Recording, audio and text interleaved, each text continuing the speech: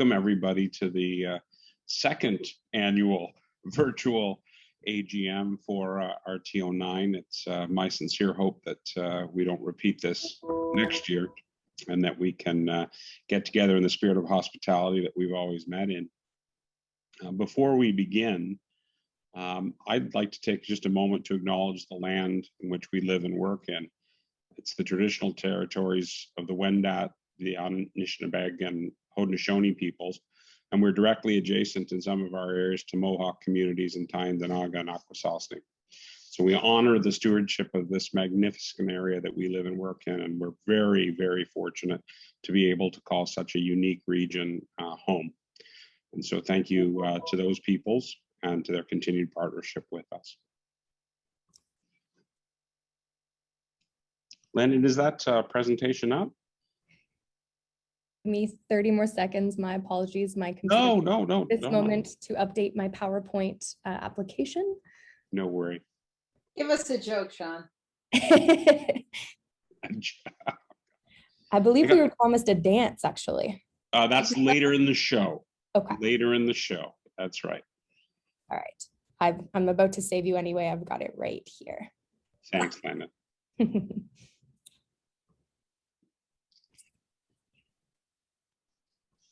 Thanks for putting that out. You know, I guess to open, I'll be uncharacteristically brief. I had no thought in my head a year ago when we were in this situation that we'd find ourselves where we are today. I mean, I didn't have any illusions, I guess, that we would be recovered, but I did think the recovery would be well underway at this point. And instead, we all find ourselves on the edge of reopening. And just at the very start of beginning the long climb back to where we've fallen from. As an operator of a small business, like many of you who are in attendance today, I think we all understand the impacts that this situation has had on our communities and on our sector and on our colleagues, and probably most concerning to me would be the impact that it's had on our teams. But I will tell you, I'm buoyed by the resilience and creativity that has occurred over the past 15 months. And I'm personally thankful, and I know many of you out there are personally thankful for the partnerships that have emerged and allowed us to remain ready to serve. You know, I can't, in the conversations I've had, including one I had very recently with Heather Ford, we're just ready to take care of people. Like, it's just, we really just want to get back to some sense of normal for ourselves. And though we have a really long way back, I think, for our sector, you know, some better days are in front of us. They're right in front of us, I hope, and that we'll need to continue our collaborations and stay focused and ready to showcase, you know, what is one of the most spectacular regions in the entire country. And I think we've got a real opportunity. You know, we're truly blessed with world-class attractions. We've got some incredible people in our region, and in light of the current travel conditions, I think we're uniquely located to offer so much right now in their own backyard. And I want to encourage all the operators to partner with your destination teams, to partner with the RTO, and to put together the kinds of experiences that showcase the entire region. And I always like to remind people, or remind myself and my own team, that the lines that we've drawn in the province are meaningless to a guest or a traveler. They simply want to have great experiences. And with the places we've got in this region, I'm not sure there's another region in the province that has the breadth and depth of the kinds of experiences that we have to offer. We truly have incredible people, we have incredible experiences, and we have so much to give guests. So, you know, if this is the culmination of what has been a really tough year, it's also the beginning of what could be a really great year. And so let's get ready to wow people when they come to our region. Let's get ready to use this summer to kick off the recovery that we all so deeply want. And so let's be prepared to kick ourselves into gear and to use the resources we've got at hand. And I'd say to you, it really starts with our opportunity to wrap up the past year and look forward to a much more positive year for the rest of 2021. Landon, if I can get you just to flip over to the agenda slide. I will ask for a motion to approve the agenda as presented here. So approved, Heather Ford. Thank you, Heather. Could I get a seconder? I second Krista Leclerc. Thank you, Krista. Any discussion on the agenda or any additions? Okay, if I could just get a simple vote then to push the agenda forward.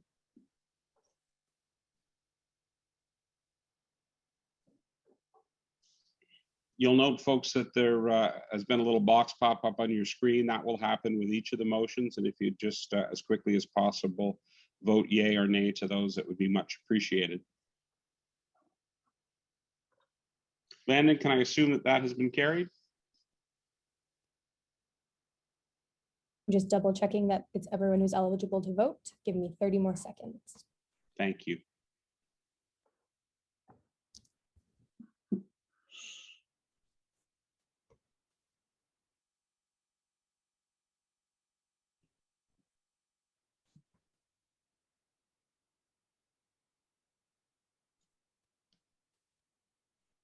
Okay, it has been carried. Thank you, Landon. Well, I'll move then, we'll move to the next slide, Landon. And we'll turn things over to Bonnie and her team. Just quickly before I let Bonnie jump in, I want to thank the entire team for how flexible they've been, how creative they've been at this time. You know, we're tired of talking about pivoting, and we're tired of talking about redevelopment and recreation, those things, but I want to thank the team for doing those things on our behalf and creating environments and opportunities for partnerships, and particularly those ones that I mentioned before that cross arbitrary lines. I want to thank the entire team for their efforts this year, and it's still tough slogging for this group, but I'm really impressed with how they've adapted and with the new strategy that they've developed. So I will let Bonnie talk to you a little bit more about that and sing the praises of her team. Thank you. Go ahead, Bonnie. Thank you, Sean. It's been a pleasure working with you for the past 2 years, having you as RTO9's chair. Good afternoon, everyone. I'd like to start by thanking our board of directors. You're a group of dedicated, knowledgeable individuals that have volunteered your time to make sure that RTO9 is providing leadership for the tourism industry in southeastern Ontario. This dedication does not go unnoticed, and we're grateful for all of you. A big thank you also goes out to my team, Steve, Lindsay, and Lori. This has been a year of change for all of us, and your dedication to the organization and ability to adapt to a changing environment has been outstanding. I'm grateful to be working alongside each of you every day. Finally, our operators. I'd like to acknowledge how tough the past 14 months has been on you and your businesses, and how we've seen your resilience in moving forward. As an organization, we switched our focus during the beginning of the pandemic to ensure that we were meeting your needs and providing the program support and guidance that you required during this devastating time. Our 2020-21 business plan was reviewed and updated to adjust to the pandemic. We look forward to our continued communications with you as the tourism industry begins the road to recovery. Today's presentation is a high-level overview of some of the initiatives that have been undertaken by RTO9 in the past fiscal year, from April 1st, 2020 to March 31st, 2021. For those of you that are new to our AGM, RTO9 is a regional tourism organization, and we represent all tourism operators within southeastern Ontario. Our geographic boundaries start at the Ontario-Quebec border, traveling west through to Trenton, south down to Prince Edward County, and north up to Caledar. We also cover a portion of the Rideau Canal. RTO9 operates as a not-for-profit organization that is funded by the Ministry of Heritage, Sport, Tourism, Culture, Industries. We adhere to the guidelines set out by the ministry and create initiatives under the 5 pillars they have developed, which are product development, investment attraction, workforce development, marketing, and partnerships. I'll start by reviewing the first 3 pillars, and then I'll pass the presentation along to my team. Our objective under product development is to create products and experiences that meet the current and future demands of travelers to southeastern Ontario. To make informed decisions, RTO9 recognizes the need to review and provide relevant data to our operators. We've been collecting accommodation data across the region for over 7 years, and pre-COVID, we saw a steady increase in RevPAR and occupancy rates each year. As bad as the numbers were for 2020, we continue to collect data which will be used to measure our recovery efforts. All CBRE reports can be found on our industry website, tourismtalk.ca. For the past 3 years, we've been working with Oliver Martin and his team at 2031. Oliver, Eric, and Joe have gathered data for RTO9 through industry and consumer surveys. They've sourced out relevant global tourism information that has been shared monthly in our industry newsletters and developed a regional product development strategy as well as destinational strategies. All of these reports can be found on RTO9's industry website. We also partnered with our colleagues at the Tourism Industry Association of Ontario to align our efforts and deliver province-wide industry surveys. We recognize the need to continue to engage with our operators by providing training in various areas. This assisted them and ensures they have the tools needed for success in the future. Many of our initiatives under product development will be covered off by Lori under our partnership pillar. Next slide. Investment attraction is an important element to the overall ecosystem of tourism in southeastern Ontario. Visitors are always looking for new reasons to visit, and more investment will bring more reason to visit and more tourism jobs to the region. RTO9 serves on the Ontario East Economic Development Corporation's Board of Directors. Being a part of this vital, thriving organization allows us to partner rather than compete on programming and services to support economic activity in southeastern Ontario. Ontario East also works with other organizations such as FedDev Ontario, AMAFRA, and the Ministry of Economic Development, Job Creation and Trade. Attendance at conferences such as the Association of Municipalities and the Rural Ontario Municipal Association has allowed RTO9 to share a collective voice with our tourism colleagues in Tayo when speaking to various levels of government about issues that hinder the growth of the tourism industry. It was extremely important for us to be involved in these conferences this past year and speak to the financial support that was and is needed by our tourism operators. RTO9 has gathered statistics on the impact of tourism in southeastern Ontario, from the amount of jobs to the amount of tax revenue that is generated at a local and provincial level. We are often asked to share this information with our economic development departments as they work on securing the next tourism investment for the region. Next slide. Having a viable workforce is key to success. RTO9 provided support to our operators to make sure they had well-trained staff to meet the needs of the changing environment due to the pandemic. As noted above, we realigned our business plan to establish programming that was addressing the needs of our operators. RTO9 provided workshops that covered topics such as pivoting your business through COVID-19, ramping up as the curve flattens, steps to get Shopify'd, attracting small groups by adapting your offering, and anti-racism, let's get uncomfortable. These were a few of the workshops delivered over the past year. Recording of the workshops can be found on our industry website. RTO9 continues to work with the Ontario Tourism Education Corporation to meet with employers and service agencies across the region to discuss the workforce development issues that the tourism industry is facing. The original 3 working groups addressed topics such as the importance of having a trained workforce and recruiting individuals into the tourism industry. Next, I'm going to pass it along to Steve Weir, our Marketing and Communications Manager for RTO9. Thanks very much, Bonnie. RTO9 has built a very strong working relationship with all of our destinations, and through a collaborative effort, RTO9 promotes each destination and encourages cross-destination travel. The marketing objective this past fiscal year was to maintain and increase awareness of Southeastern Ontario and RTO9 as a travel destination and increase conversion in target markets when it was safe to do so. RTO9 issued an RFP to secure the services of an agency of record. Alphabet Creative was chosen through a selection process. Alphabet Creative and RTO9 collaborated with industry partners as well as an ad hoc destination marketing committee to develop an integrated and coordinated strategic recovery marketing plan. Keeping in mind the plan would put health and safety of visitors, residents, and operators first, focus on activities that are outdoors or naturally allowing for physical distancing, focus on local regional promotion and priority, feature touring style activities and itineraries, and to be agile and flexible. And so we're able to change our course quickly. Complement destinations' existing efforts with earned media, and finally, focus mainly on our recovery in 2021. Next slide, please. In late summer, we recognized the opportunity to go to market with a cruise campaign based on operators' reports that they could benefit from our support. The campaign was created and put into market once cruise operators were allowed to operate after the COVID restrictions were lifted.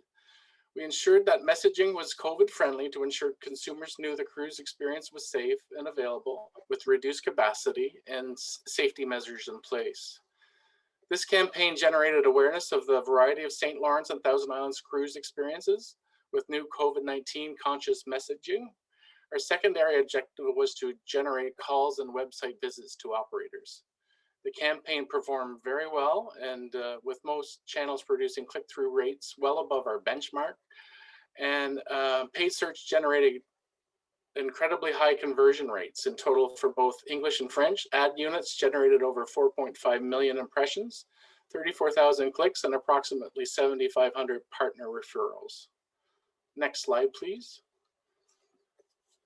Some other key initiatives we developed and implemented were the Extra Mile campaign. We went the extra mile and created some tips that a tourist could follow in line with Canada's Public Health Department to travel responsibly and help everyone have an enjoyable experience. This campaign was put on pause until all regions are safe to travel.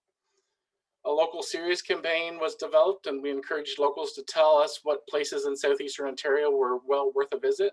A series of blogs were created to highlight the local suggestions.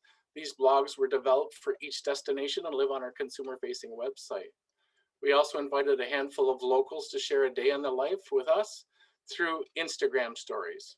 And another initiative that was new for us this year was our 2020 holiday gift guide.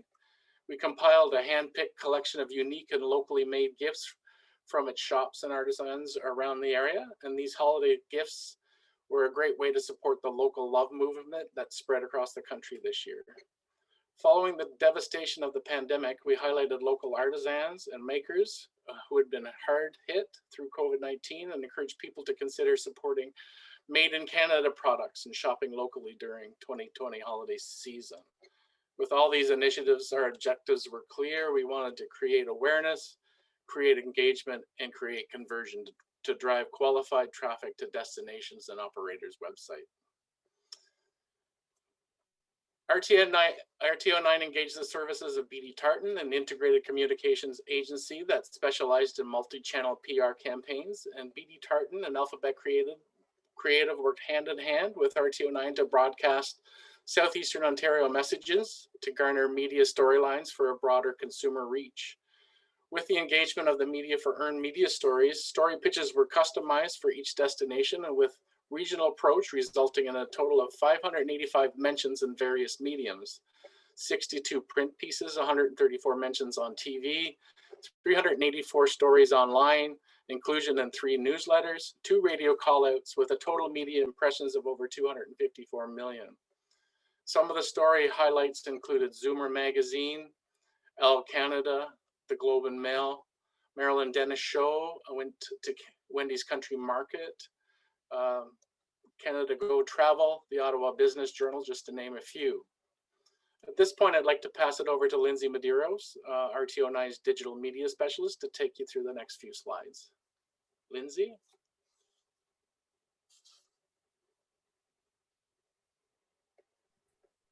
Lindsay, I've just unmuted you. Perfect. Thank you, Steve. So if you don't mind just doing the next slide, please. Thank you. So I'm going to be going over a year in review of the Southeastern Ontario social channels as well as the website. So our social channels are meant to build a community of advocates for the whole region. This was even more important to have this messaging come through for this year.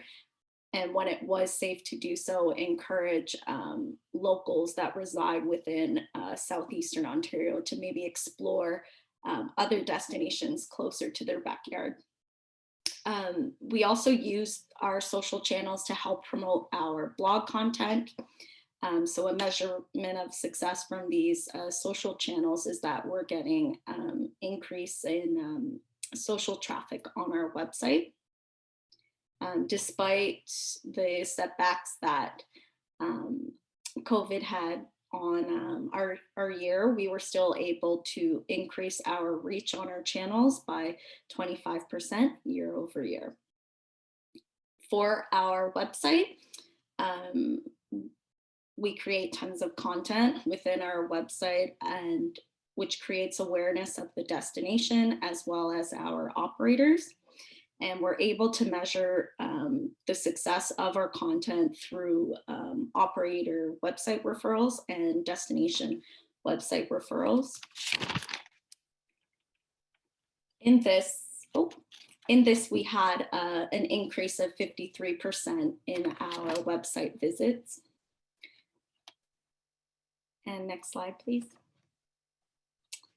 And just to highlight the content and the contests that we run throughout our channels, a lot of the content that was created in-house focused on outdoor activities, as well as the holiday gift guide that Steve had mentioned and the local series that Steve had mentioned as well. So we continue to promote the messaging of Dream Now and Visit Later when we were back in lockdown or there was some restrictions in place. With the camera roll contest, we were, our initiative to do this was to introduce a new hashtag that replaced our older one of the Great Waterway with Southeastern Ontario. So with that, we were able to also collect some images on Instagram, as well as support operators by purchasing gift certificates for prizes. So some of the results were within that 2-month campaign was that we were able to collect 1,300 images that could be used by our destination partners. We were also able to purchase 16 gift certificates from local operators and accommodation partners, all within Southeastern Ontario. Now I'm going to pass it over to Lori, who will be talking about partnership funding.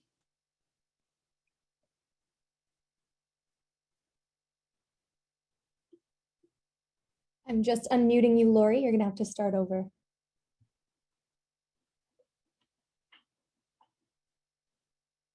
There we go. Sorry about that. Thanks, Lindsay. So COVID really played havoc with pretty much all of the partnership fund projects this past year. Logan, can we flip to the next slide, please? We saw some projects canceled, a few postponed, and others that were miraculously able to adapt to a new way of still making it happen. As a result of cancellations, a second application window was made available later in the year that I'll review in a little bit. So next slide, please. Under the development of new or existing product category, we saw 6 projects that were awarded funding. Next slide. Including the Thousand Islands Boat Museum's Voyageur Canoe Adventure. With indoor gathering restrictions in place, people were eager to get outside, and what better way to go about that than donning a life jacket and paddling a 34-foot replica Voyageur canoe, all socially distanced, of course. Next slide. One might think that festivals and events came to a full stop last year, but this wasn't the case. 7 maverick organizations were able to bring COVID-friendly, innovative, and unique event-based projects to market to smaller groups. Some moved to virtual platforms. Some brought their event to new outdoor impromptu venues, creating new uses of public space. And some, like Belleville's Downtown Improvement Association, next slide, who saw their alfresco event unfold into an impressive success. Alfresco was designed to celebrate the outdoors in a micro-urban setting with 25 pivoting prisms that reflect the colors of the rainbow. This COVID-friendly event brought record numbers of pedestrians to the downtown core, helping to keep local businesses alive and open. Next slide. The Friends of Kingston Inner Harbor's Cataraqui Boatyard project involved a partnership between Indigenous and non-Indigenous community members working together over 3 weeks to create an authentic 12-foot traditional Algonquin birch bark canoe. Next slide. And the Toronto Comedy Sketch Festival adapted rapidly by moving to a shoreline event with Comedy on the River, where attendees could rent a kayak and enjoy the show from the water. Next slide.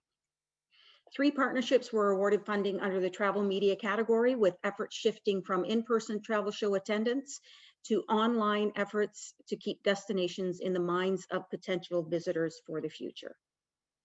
Next slide. The second round of applications. Next slide, Logan, please. The second round of, oh, before we get to the treasurer's report, the second round of applications, it's okay, Landon, awarded recipients with social media funding for 6 projects that focus on building partnered itineraries, providing a broader appeal for staycationers and new partnership opportunities. Altogether, the 2020-2021 year saw 22 very unique and creative projects receive funding by resilient operators determined not to let COVID win. At this point, I believe it goes back to you, Sean. Thank you, Lori, and thank you to the entire team. Lindsay, Steve, Lori, Bonnie, those initiatives would have been fantastic in a normal year, in a year where we were all struggling as operators and destinations to figure out how to stay relevant. Those campaigns are incredibly impressive, and the marketing efforts and the access to an agency of record and all of those kinds of things that are the big highlights of the year are truly noteworthy and should be lauded. And I can speak on behalf of individuals like myself in the communities. We really appreciate all of the effort you put into that. This wasn't an easy year at all for any of you as well. You transitioned out of offices, you were working from home for the vast majority of time, and to accomplish these things is truly, truly impressive. So thank you from the entire board and from me personally. I'm going to hand it over right now to my good friend Heather Ford, who will take us through the financial statements and positions of the organization. Over to you, Dr. Ford. Thank you very much, Sean. Good afternoon, everyone. As RTO treasurer, I would like to acknowledge our auditor of record is the firm Secker, Ross and Perry, based in Kingston. They will continue on in that role for the 2021-2022 fiscal year. And I'd like to note that Tanya Courier is on the line with us today and has completed our audit for over the past 10 years. So thank you, Tanya, for your efforts on our behalf. I know these were particularly tight timelines this year, with our year end only ending in March 31st. Please note that this is a draft audit due to the timing of the AGM. And for the fiscal year 2020-2021, the RTO received $1,390,297 in revenue. Thanks, Landon. And that revenue, of course, funding was from the Ministry of Heritage, Sport, Tourism, Culture, and Industries. Additionally, next slide, please. $196,975 came from our partnership fund program, and our expenses, as you see on the screen now, for the year totaled $1,587,114, and we ended the year, next slide, please, with, look, wait for it, next slide, please, an excess of $158. Which we will roll into the 2021-2022 fiscal year. So in the opinion of Secker, Ross and Perry, the schedule of operating revenues and expenses for the year ending March 31st, 2021 is in accordance with the transfer payment agreement between RTO 9 and the Ministry of Heritage, Sport, Tourism and Culture Industries. So I would like at this time to call a motion to approve this audit, please. I will move that to Sean. Thanks very much, Sean. I will A second. second that. Trevor, this is Trevor Norris. I second the motion. Thanks. Any questions, concerns, or anything you'd like to ask of me or Tanya?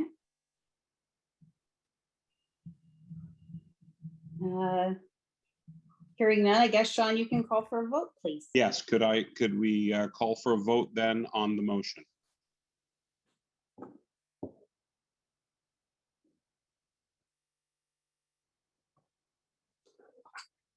Just while we're waiting for the vote, Heather, thank you so much for your stewardship of this area. And Tanya, you and your team at Secker, Ross and Perry, thank you so much. We know our timelines are often tight and the work is exceptionally detailed, probably even more so this year with the second round of partnership funding and the complications that COVID presented. So thank you once again for your outstanding work. We've reached quorum. Thank you. The motion carries. Thank you so much. All right, well, we'll keep me on. Landon, if we can get to the next slide around the board of directors, we do have the need of an election this year. Sean, sorry to interrupt. Can you turn your camera back on, please? Oh, of course I can. Yeah. I just have a face made for radio, as most people know.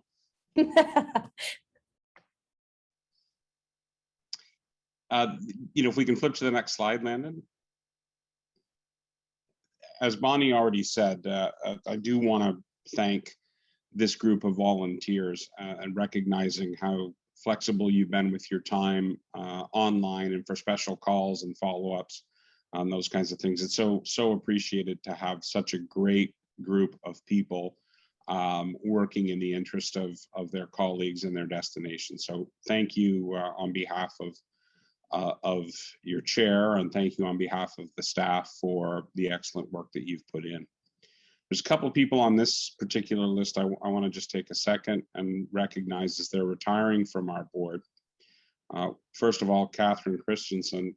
Catherine, your depth of experience and the incredible passion for our sector that you bring will be missed as we move ahead. But I do know that we can always reach out to you for an opinion. And we will always get that opinion, and it will be unvarnished and clear and straightforward. And we really very, very much appreciate that. So thank you for your investment as a previous chair and for such a leader in our sector for so many years.